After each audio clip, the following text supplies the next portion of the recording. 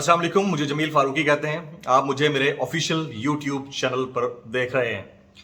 पाकिस्तान मुस्लिम league Nawaz में दो धड़ों की बातें तो एक अरसे से चल रही हैं। लोग कहते हैं कि एक मरियम नवाज शरीफ का ग्रुप है और दूसरा मियां नवाज शरीफ साहब का ग्रुप है और दोनों अलग अलग बयानिया लेकर चल रहे हैं। एक का बयानिया मफाहमत पर मबनी है और दूसरी का बयानिया मज़ाहमत पर मबनी है। लेकिन अब आपको हालात यकसर बदलते हुए नजर आएंगे। वो हालात कैसे बदल रहे हैं और बयानिए में यकसानियत कहां पर आपको फील हो सकती है, मैं उन पॉइंटर्स की तरफ तो आऊंगा। लेकिन उससे पहले आज मियां शहबाज शरीफ साहब ने एक प्रेस कॉन्फ्रेंस की और उस प्रेस कॉन्फ्रेंस में उन्होंने एक मर्तबा फिर घुटने पकड़ने का दोहरावा किया। अब आप देखिए कि 4 से 6 हफ्ते पहले एक इंटरव्यू के दौरान उन्होंने इसी तरह से पांव पकड़ने की बात की थी। उन्होंने कहा था कि मैं मुल्क की सालमियत, मुल्क के वकार और मुल्क की बेहतरी के लिए, इस कौम की बेहतरी के लिए बड़े मियां साहब के पांव पकड़ने को भी तैयार हूं। आज उन्होंने कहा कि मियां नवाज शरीफ साहब के दौरे हुकूमत में हमने बैरून मुल्क वाक़े और मुकीम बहुत सारे लोगों के घुटने पकड़े ताकि इन्वेस्टमेंट पाकिस्तान में आए और इसके साथ साथ पाकिस्तान के अंदर पावर प्लांट्स लगें। आज ही क्यों मियां शहबाज शरीफ साहब ने अपनी दूसरी मर्तबा एक इंपॉर्टेंट गुफ्तगू के दौरान घुटने पकड़ने या पांव पकड़ने की बात की है?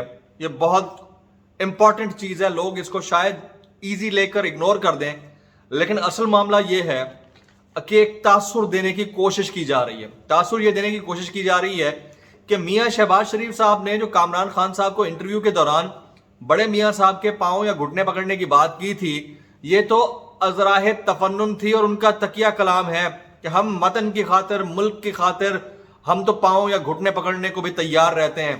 यानी मैं मियां साहब के भी घुटने पकड़ लूंगा, यानी हमने तो बैरून मुल्क मुकीम पाकिस्तानियों के भी घुटने पकड़े, इन्वेस्टर्स के घुटने पकड़े। ये घुटने पकड़ने या पांव पकड़ने की वाली बात तो उनकी लैंग्वेज का हिस्सा है, यानी वो ये बात तो करते ही रहते हैं। तो मीडिया ने खामखा हवा बनाया। इसी तरह का मैंने एक इंटरव्यू किया था गुज़िश्ता दिनों, उसमें मैंने एक सीनियर लीडर पीएमएलएन के थे, उनसे पूछा तो उन्होंने कहा कि उन्होंने अजराह तफन्नुन कह दिया होगा या ये उनकी गुफ्तगू का एक स्टाइल है, लैंग्वेज बैरियर होता है, कहीं पर तो बंदा कुछ कह जाता है। यानी वो पंजाबी स्पीकिंग है तो उर्दू में उनके अल्फाज के चुनाव में कुछ फर्क हो सकता है, तो इसलिए ऐसा कुछ कह जाते हैं। तो आप लोगों के गोश गुजार करना चाहूंगा कि उन्होंने कुछ दिन पहले जो मियां नवाज शरीफ साहब के पांव पकड़ने की बात की थी, आज घुटने पकड़ने की बात कर रहे हैं। उसका नतीजा आज आप मरियम नवाज शरीफ साहिबा की आज़ाद कश्मीर के अंदर खिताब के दौरान की हुई गुफ्तगू से लगा सकते हैं। यानी घुटने पकड़ने, पांव पकड़ने के जो अवलीन नतीजे हैं वो आना शुरू हो चुके हैं। वो कैसे?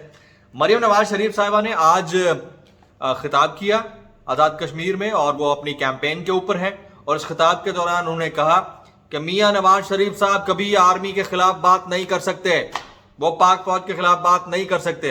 उनकी बात को इदारों से मुंसलिक करने को तो आप तंबीहन आपको मना किया गया कि आप उसको, यानी पब्लिक, यानी सियासत करने वाले लोग उसको इदारों से मत जोड़ें।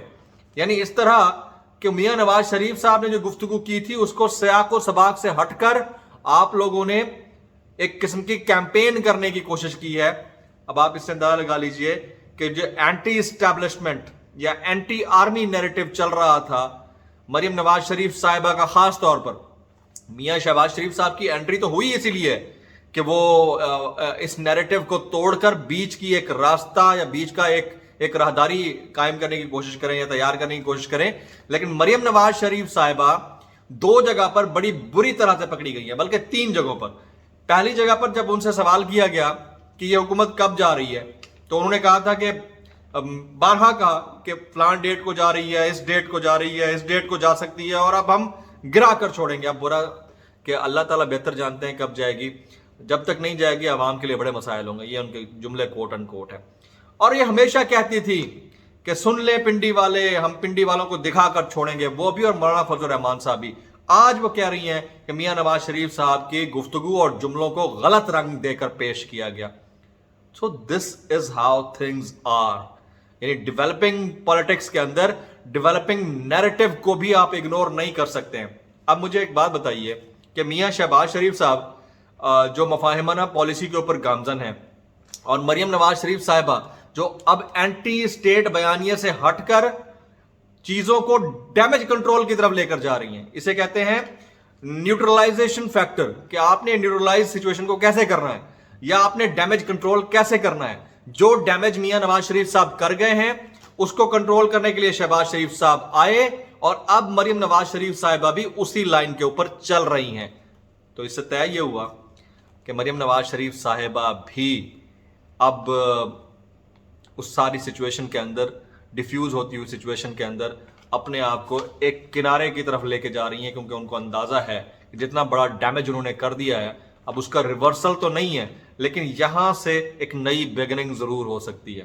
اب اس بگننگ کا فائدہ انہیں یا میاں نواز شریف صاحب کو یا شہباز شریف صاحب کو ہوتا ہے یا نہیں آتا, بہرحال پبلک بیوقوف نہیں ہے اور انالائز کرنے والے بیوقوف نہیں ہے کہ آپ کا نیریٹو بدل رہا ہے. اور نیریٹو اسی وقت بدلتا ہوتا ہے جب یا تو بڑی زور سے آپ کو یہاں پر چپت پڑی ہو, ایک تو یہ ہو سکتا ہے, دوسرا یہ ہو سکتا ہے کہ آپ نے بڑی زور سے جا کر کوئی زبردست قسم کی ڈیل کر لی ہو. اور ڈیل کی بات تو آپ کے بھائی نے آپ کو 19 فروری کے ٹویٹ میں بتا دی تھی, آپ کو یاد ہوگا کہ کس طرح سے کیسز میں ریلیف ملے گا. آپ کو یاد ہوگا آزاد کشمیر کے انتخابات کے حوالے سے بھی اب ایک آخری چیز پیچھے رہ گئی ہے, آزاد کشمیر کے انتخابات اور 2023 کے عام انتخابات. پریڈکشن میں 2 چیزیں باقی بچی ہیں, باقی ساری تقریباً پوری ہو چکی ہیں. تو یہ چیزیں آپ کے سامنے آ رہی ہیں. اب سونے پہ سہاگا مریم بی بی نے جو اپنے والد صاحب کی فوٹوشاپ فوٹوگراف اپنے ساتھ ملا کر کشمیر سے ناتا پرانا ہے والا ایک ٹویٹ کیا اور ڈیلیٹ کر دیا, وہ اب زبان زد عام ہے. اور ظاہر ہے کہ سیاست تو سیاست ہے, پھر اس میں ایک دوسرے کے اوپر چپیٹیں بھی پڑتی ہیں, ایک دوسرے کی غلط باتوں کو بھی ہائی لائٹ کیا جاتا ہے. تو اب خلیج ٹائمز, انڈیا ٹوڈے اور پتہ نہیں کون کون سے چینلز نے ٹویٹس کر دیے ہیں اس کے اوپر کہ پاکستان کی ایک پولیٹیشین فیک یا فوٹوشاپڈ ٹویٹس کر کے لوگوں کے دلوں میں جگہ پیدا کرنے کی کوشش کر رہی ہوتی ہیں. اب اس سچویشن میں دیکھنا یہ بھی ہے کہ میاں نواز شریف صاحب جو ہر 3-4 ہفتے کے بعد کچھ نہ کچھ بول دیتے تھے وہ بھی ایک دم خاموش ہو گئے. شہباز شریف صاحب گھٹنے پکڑنے اور پاؤں پکڑنے کی بات کرنے چلے ہیں. مریم نواز شریف صاحبہ اینٹی اسٹیبلشمنٹ بیانیہ سے پیچھے ہٹ گئی ہیں. مولانا فضل الرحمان صاحب کافی دنوں سے خاموش ہیں, وہ بھی یہی کہتے تھے نا کہ ہم اینٹ سے اینٹ بجا دیں گے پنڈی کی, اور ہم اب اسلام آباد نہیں پنڈی جانے لگے ہیں. تو آپ اندازہ لگا لیجئے کہ چیزیں ایک دم سے کیسے یو ٹرن لے چکی ہیں. اور یہ چیزیں اس وقت یو ٹرن لیتی ہیں یا جب آپ کا نیریٹو تبدیل ہو چکا ہو, اور نیریٹو اسی وقت تبدیل ہوتا ہے یا تو آپ پریشر میں ہو یا آپ ڈیل کر چکے ہو. اور اگر یہاں پر ڈیل ہوئی ہے تو اس کا کسی نہ کسی حد تک رسپانسبل گورنمنٹ کو بھی آپ قرار دے سکتے ہیں, جو کلیم کرتی ہے کہ ہم تو کوئی ڈیل نہیں دینے والے یا کوئی ڈھیل نہیں دینے والے. تو یہاں پر تو ڈیلوں کا ایک انبار دکھائی دیتا ہے کہ ایسا کچھ ضرور ہوا ہے جس کے اثرات ہمیں تقاریر میں نظر آ رہے ہیں. یہ اوپر کے جو چوکے چھکے لگ رہے ہیں نا, اس کے بیک گراؤنڈ میں کوئی بڑی بات دکھائی نہیں دیتی ہے.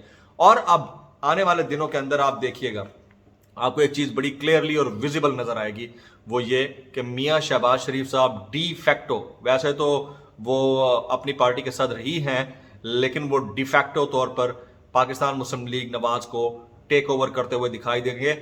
اس کر بھی چکے ہیں کسی حد تک, لیکن اب زیادہ طریقے سے ٹیک اوور کریں گے, خاص طور پر جو تجاویز دینے والی بات ہے. ان دونوں کی سٹیج کے اوپر ایک دوسرے کے شاید نہ بنے, کیونکہ مریم نواز نے صاف کہہ دیا ہے کہ کیمپین کے اندر میں سٹیج شیئر نہیں کروں گی میاں شہباز شریف کے ساتھ.